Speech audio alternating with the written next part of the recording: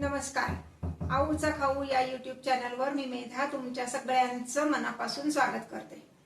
वरणफळं आपण नेहमीच करतो। काही जण वरणफळं म्हणतात, काही जण वरण चकोल्या म्हणतात, काही जण नुसत्या चकोल्या म्हणतात। नावं जरी वेगळी वेगळी असली तरी पदार्थ एकच आहे। आणि बऱ्याच जणांना असं वाटतं की हा पदार्थ करायचा म्हणजे भांडी खूप होतात, म्हणजे डाळ वेगळी शिजवून घ्या, मग कढईमध्ये आमटी करा, त्यात फळं टाका। तर तसं न करता मी आज एकाच प्रोसेस मध्ये तुम्हाला सगळं दाखवणार आहे की एक कुकर वापरला की तुमची सगळा तो पदार्थ प्रोसेस व्यवस्थित एका कुकर मध्ये होईल। चला तर रेसिपी बघूया, कुकर मध्ये वरणफळं कशी करायची। हे पहा, वरणफळं करण्यासाठी मी इथे 2 वाट्या एवढी कणिक घेतली। कणिक व्यवस्थित चाळून घ्यायची। आता त्यामध्ये आपण घालणार आहोत चवीपुरतं लाल तिखट, म्हणजे अगदी पाव चमचा घालायचं, कारण बाकीचं आपण वरणात घालणारच आहे, पण ह्याला टेस्ट येण्यासाठी म्हणून पाव चमचा लाल तिखट, किंचित मीठ, ते पण असंच पाव चमचा म्हणा, आणि पाव चमचा हिंग, पाव चमचा हळद। हे सगळं व्यवस्थित मिक्स करायचंय आणि पाण्यामध्ये भिजवून घ्यायचंय। कितपत भिजवायचं तर पोळीची जी कणिक आपण भिजवतो त्याच्यापेक्षा थोडीशी सैल अशी कणिक भिजवायची। फक्त एक लक्षात घ्या की ही कणिक थोडीशी घट्ट भिजली, पातळ भिजली तर पदार्थ बिघडतो असं अजिबात नाही। त्यामुळं की सैल भिजली किंवा घट्ट भिजली तर काय होईल असं काही नाहीये।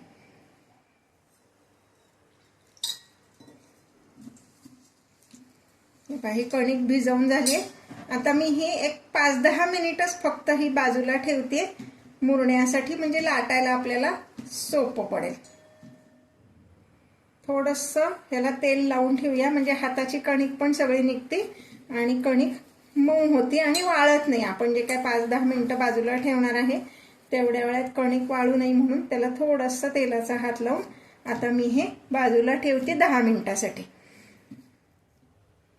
आपण ही वरणफळं कुकर मध्ये करणार आहोत, त्यासाठी मी गॅसवर कुकर तापत ठेवलेला आहे। लक्षात ठेवा, जेव्हा गॅसवर कुकर ठेवणार आहे तर तो पूर्ण कोरडा पाहिजे। ओला असला तर एकतर गॅस पण जास्ती लागतो आणि पाण्याचे डाग पडतात कुकरला। त्यामध्ये मी घालते 1 टेबलस्पून एवढं तेल। आता तेल चांगलं तापलेलं आहे, यामध्ये मी 3 मिरच्या, हिरवी मिरचीचे तुकडे करून घालणार आहे।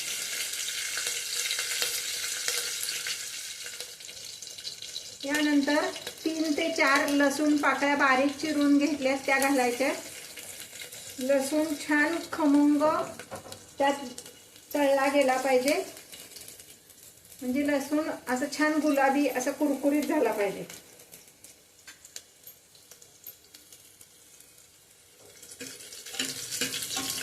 गॅसची फ्लेम मी मीडियम ठेवली आहे। लसूण छान गुलाबी असं झालेलं आहे, कुरकुरीत।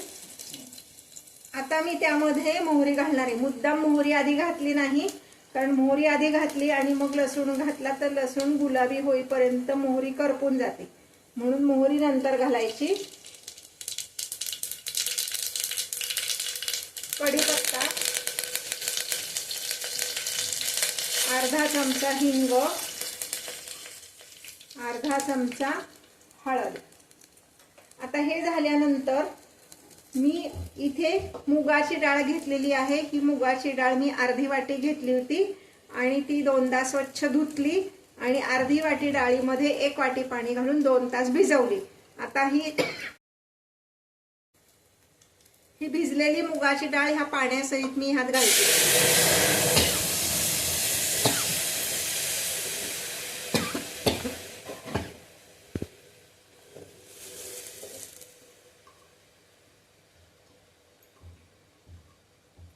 असा लसणीचा मस्त खमंग तडका त्याला लागलेला आहे।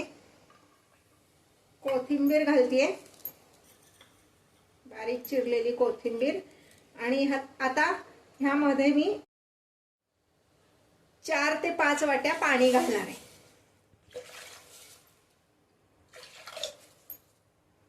4 वाट्या पाणी घातलंय। आता ह्या पाण्याला उकळी येऊन द्यायची। त्यामध्ये घालणार आहे 1 चमचा एवढं मीठ. ते उकळी येऊन द्यायची आणि ते उकळी येईपर्यंत आपण आता जी कणिक भिजवून ठेवली आहे त्याच्या पोळ्या लाटून घेऊया. हे पहा, ही कणिक अशी भिजली आहे व्यवस्थित 10 मिनिटानंतर. आता त्याचा एक गोळा करून घेतलाय. थोडंसं ह्याला पीठ लावणार आहे आणि आपण हे लाटून घेणार आहोत. फार पातळ लाटायचं नाही, फार जाड पण लाटायचं नाही.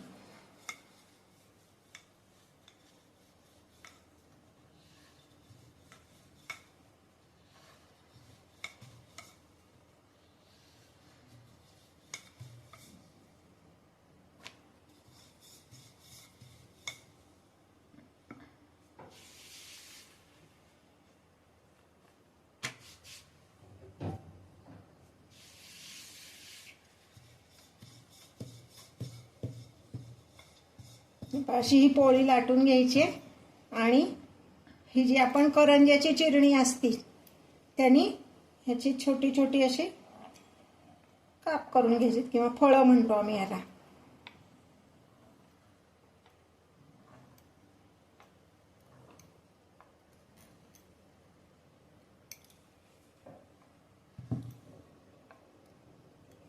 छोटी छोटी करायची म्हणजे पटकन शिजतात.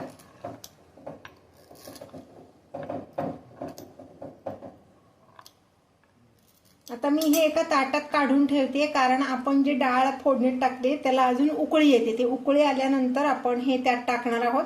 तोपर्यंत मी हे दुसऱ्या ताटात काढून बाकीचं लाटून घेते.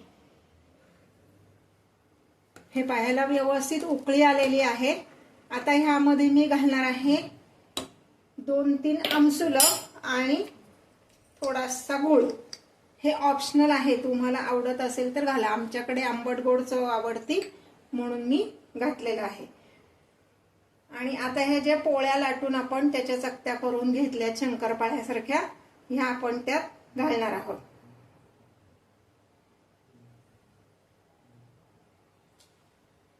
एक एक करत घालायचे म्हणजे त्या चिकटत नाहीत एकमेकाला.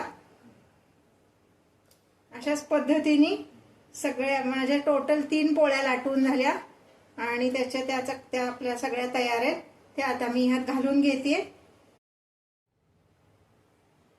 हे आता हे जे कुकरचं झाकण आहे, शिट्टीच्या इथे तेल लावून घ्यायचं आणि हे रबरी गॅस्केट आहे त्यालाही तेल लावून घ्यायचं. म्हणजे काय होतं, आपण जे कुकरमध्ये वरणासाठी जे मसाले घातलेत ते बाहेर येत नाहीत.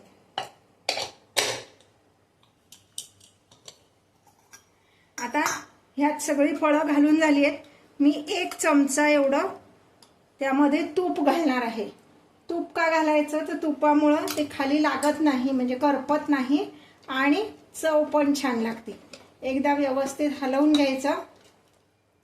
आता मी कुकरला झाकण लावते आणि ह्याला फक्त 1 शिट्टी करायची, जास्ती नाही. मोठ्या गॅसवर 1 शिट्टी करायची.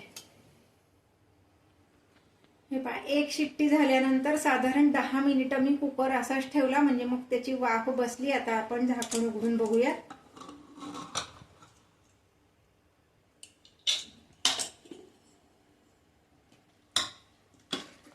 हे पहा, अशी मस्त ही वरणफळही तयार आहेत. हे पहा, व्यवस्थित शिजलीत आणि डाळ पण व्यवस्थित शिजली. आता हे आपल्याला सर्विंगसाठी तयार आहे. ह्याच्याबरोबर एखादा पापड किंवा तळून कुरडई काहीही तुम्ही सर्व करू शकता. आणि तुमच्याकडे अवेलेबल असलेलं कुठलंही लोणचं, 1 डिश मील आपलं पोटभरीचं तयार आहे.